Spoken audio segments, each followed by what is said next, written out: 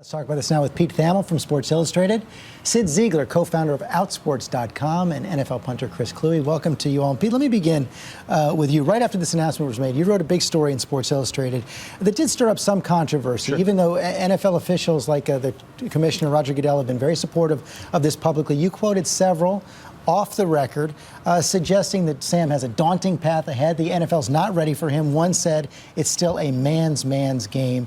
Do you stand by that reporting? Do you think these private comments are more reflective of the public support we've seen for this? Well, certainly this is obviously a seminal moment in sport and in culture right now. But I still think Michael Sam has a barrier to break. And I think the NFL, as a player, looks at him skeptically. And I do think there's the dreaded word distraction, George, that keeps coming up. Keep seeing it, yeah. Yeah, and I really think that that's the next step. It's going to take a strong owner, a strong general manager, a strong coach in order to draft Michael Sam, because he's not a slam dunk prospect. That's his prospects to get into the league. But Sid, on this other question of, how welcoming the league is going to be if he gets in, this Richie Incognito report out of Miami does, reinforce the views of those who say this is going to be a hard fight.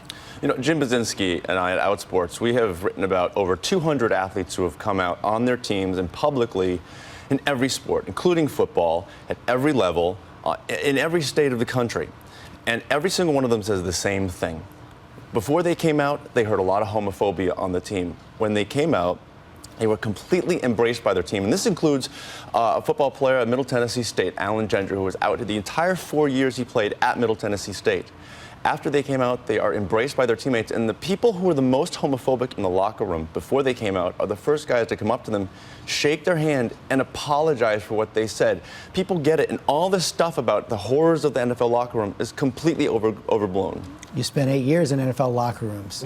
I agree with Sid. It's very much, if you haven't been inside an NFL locker room, you don't understand the camaraderie, the teamwork that goes on in there, because when you're in the locker room during the season, you spend more time with your teammates than you spend with your family. Like, you're there for 10, 11, 12 hours a day, and so you get to know guys really well. And I've always said that I think the main problems are going to come from executives and front office, because they're stuck in this older mindset, this older mentality, and they need to figure out, do they want to be Branch Rickey or do they want to be Ben Chapman? And you believe you were cut in part because of you were outspoken on the issue of gay rights.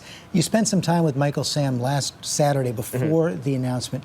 Is he ready for all this? I think he is as much as he can be. I don't know that anyone's ever really ready for a moment like that, but I think he's well prepared. I think he's an intelligent, articulate young man, and I think he has the tools that it takes to deal with those isolated incidents where people are going to have issues with him because of his sexuality.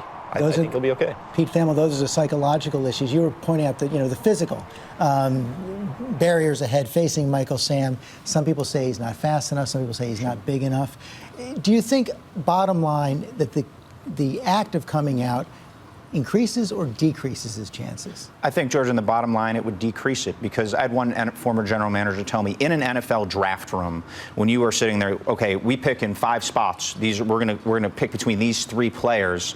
The general manager told me, well, that could break a tie. Well, if we're in the 6th round, do we want to bring in again that dreaded D word, the distraction? And the general manager told me probably wouldn't be a good situation for a first-year head coach. And there are a lot of sort of built-in excuses. NFL people are risk averse at the end of the day. And so I'm optimistic for Michael Sam. It's a wonderful story. I hope he really gets a true chance to get drafted and show what he can do on the field. Could be a very different situation from Jason Collins, who was at the end of his career in the NBA, but this could be a struggle.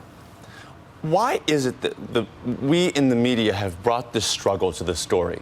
There is no evidence that this is going to be a struggle. Again, every athlete... Getting into the league? Yeah, why is it going to be a struggle? Why would it be any more so than for anybody else? The NFL teams, their whole goal is to get to the biggest media circus and the most distracting game of the entire season, the Super Bowl.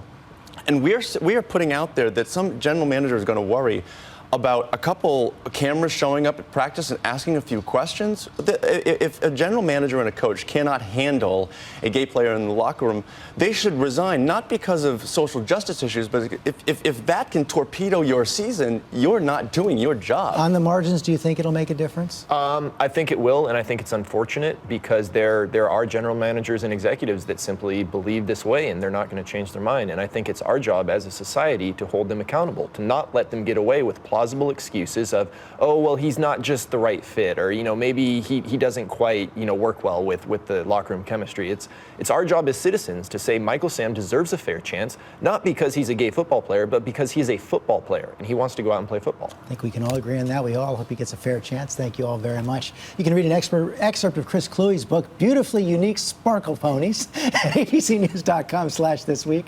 And when we come back, Kevin Spacey from House of Cards is here live. There he is.